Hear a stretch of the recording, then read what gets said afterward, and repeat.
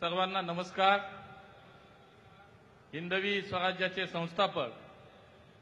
छत्रपती शिवाजी महाराजांवरती नितांत श्रद्धा असणारे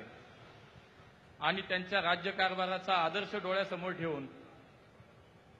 ज्यांनी आपल्या देशाला जगामध्ये एक महाशक्ती म्हणून ओळख निर्माण करून दिली, ते आपले सर्वांचे लाडके पंतप्रधान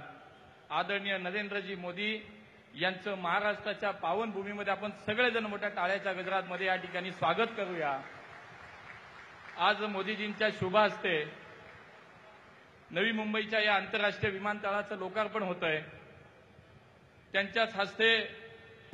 आता isakal.com आहे देशातील नंबर 1 ची मराठी न्यूज वेबसाईट। प्रत्येक अपडेटसाठी isakal.com ला नक्की भेट द्या। मुंबई मेट्रो लाईन 3 चे लोकार्पण होतंय। मुंबई वन ॲपचे सुद्धा या ठिकाणी आज उद्घाटन होतंय। शासकीय ITI व तांत्रिक विद्यालयामध्ये रोजगार कार्यक्रमाचे सुद्धा अनावरण होतंय आणि अशा अनेक कार्यक्रमाच्या निमित्तानं व्यासपीठावरती उपस्थित आपल्या राज्याचे आदरणीय राज्यपाल आचार्य देवव्रतजी मोदीजींच्या विकसित भारताच्या संकल्पपूर्तीकरिता आणि विकसित महाराष्ट्रासाठी अहोरात्र कार्यरत असलेले आपल्या राज्याचे कार्यक्षम मुख्यमंत्री आदरणीय देवेंद्रजी फडणवीस साहेब, केंद्रीय नागरी हवाई वाहतूक मंत्री श्री राममोहन नायडूजी, केंद्रीय राज्यमंत्री रामदासजी आठवले साहेब, आदरणीय आपल्या राज्याचे उपमुख्यमंत्री एकनाथजी शिंदे साहेब, अजितदादा पवार, जपानचे भारतातील राजदूत मिस्टर ओनो केईजी, श्री गौतमजी अदानी, भारतीय जनता पार्टीचे अध्यक्ष रवींद्रजी चव्हाण आणि व्यासपीठावरती उपस्थित महाराष्ट्र राज्याचे सर्व मंत्री, खासदार, आमदार आणि आपण मोठ्या संख्येनं या ऐतिहासिक क्षणाचे साक्षीदार होण्यासाठी उपस्थित असलेले सर्व नागरिक बंधू आणि भगिनींनो, देशाचे प्रधानमंत्री म्हणून मागील 11 वर्षाच्या काळामध्ये माननीय मोदींच्या नेतृत्वामध्ये प्रत्येक क्षेत्रात न भूतो न भविष्यती अशा प्रकारचा एक शाश्वत विकास सुरू झाला, एक मोठी क्रांती देशामध्ये सुरू झाली आणि आज आपण प्रत्येकजण आपल्या दैनंदिन जीवनामध्ये ते अनुभवतो। एका बाजूला देशाच्या सर्वसामान्य माणसाचा विचार केला गेला, त्याच्या जीवनामध्ये त्याच्या कल्याणासाठी मोठ्या संख्येनं अनेक जनकल्याणी योजना माननीय मोदीजींच्या सरकारनं आणल्या आणि त्या माध्यमातून आज देशातल्या 50% पेक्षा अधिक लोकसंख्या अशी आहे की ह्या कुठल्या ना कुठल्या तरी योजनेचा आज तो लाभार्थी आहे आणि म्हणून याचाच परिणाम आज आपल्या देशातील 25 कोटीपेक्षा जास्त लोकसंख्या ही दारिद्र्य रेषेच्या वरती आली आणि हे मला असं वाटतं की आपल्या सरकारचं मोठं यश आहे। आणि म्हणून मला असं वाटतं या सगळ्याच्यावरती एका बाजूला हा विचार करत असताना दुसऱ्या बाजूला जागतिक स्तरावरती सुद्धा या देशाला 4थ्या अर्थव्यवस्थेवरती आणणं, पुढच्या काळामध्ये आपण तिसऱ्या अर्थव्यवस्थेवरती येणार आहोत, ही या मोदी सरकारची मला असं वाटतं आपल्याला उपलब्धी आहे। माननीय मोदीजी नेहमी म्हणतात, जिस काम का भूमिपूजन हम करते हैं उसका लोकार्पण भी हम ही करेंगे आणि आजचा कार्यक्रम हा त्याचाच भाग आहे। 2018 साली या ठिकाणी मोदीजींच्या हस्ते भूमिपूजन झालं आणि आज मोदीजींच्या उपस्थितीमध्ये त्यांच्याच हस्ते या मोठ्या प्रकल्पाचं आपल्या नव्या मुंबईच्या या आंतरराष्ट्रीय विमानतळाचं आज लोकार्पण होत आहे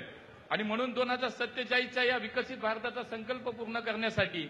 सिव्हिल एव्हिएशन क्षेत्रामध्ये सुद्धा मोठी क्रांती या देशामध्ये माननीय मोदीजींच्या नेतृत्वामध्ये झाली आणि याचाच परिणाम आज आपला देशांतर्गत विमान सेवेमध्ये जागतिक स्तरावरती आपल्या देशाचा 3रा क्रमांक आता येतो आणि म्हणून या देशातल्या सर्वसामान्य माणसाला ही विमान सेवा परवडावी, त्याच्या आवाक्यात यावी म्हणून मोदीजींनी हा विचार नेहमी केला आणि त्या माध्यमातून आपण म्हणतो की ते म्हणायचे हवाई चप्पल पहननेवाला हवाई सफर करेगा आणि याच्यातूनच या संकल्पनेतनं उडे देश का आम नागरिक ही भावना लक्षात घेता आज उडान योजना सुरू झाली आणि या उडान योजनेच्या माध्यमातून देशातील 99 विमानतळावरती जवळपास 637 हवाई मार्ग सुरू झाले आणि मागच्या 9 वर्षात जवळपास 1.5 कोटीपेक्षा अधिक लोकांनी या विमान सेवेचा प्रवास केला। भविष्यात सुद्धा 100 नवीन डेस्टिनेशन होत आहेत आणि त्या माध्यमातून पुढच्या 10 वर्षात 4.5 कोटी अधिक लोक ही या विमान सेवेनी या योजनेच्या माध्यमातून प्रवास करतील। बघा मागच्या 10 वर्षात केवळ मागच्या 10 वर्षात 38 कोटी लोकांनी या विमान सेवेच्या भारतातल्या प्रवाशांनी आज फायदा घेतला आणि म्हणून अगोदर लोक एसटी मागायचे, रेल्वे मागायचे, पण मोदीजींच्या नेतृत्वातील भारत बदलला, हा नया भारत आहे। आता लोक विमान सेवा मागतायत, हे खरं तर मला असं वाटतं याच्यातला बदल आहे आणि आपल्या राज्याचं सरकार सुद्धा याच्यामध्ये मागे नाही। आज महाराष्ट्र राज्य असं आहे की देशातील सर्वाधिक जास्त विमानतळ ही जर आज कार्यान्वित असतील तिथे आपल्या महाराष्ट्रामध्ये आहेत आणि त्याच्यामध्ये आज एक नव्या विमानतळाचा समावेश झाला। आपल्या राज्यातलं माननीय देवेंद्रजींच्या नेतृत्वाखालचं सरकार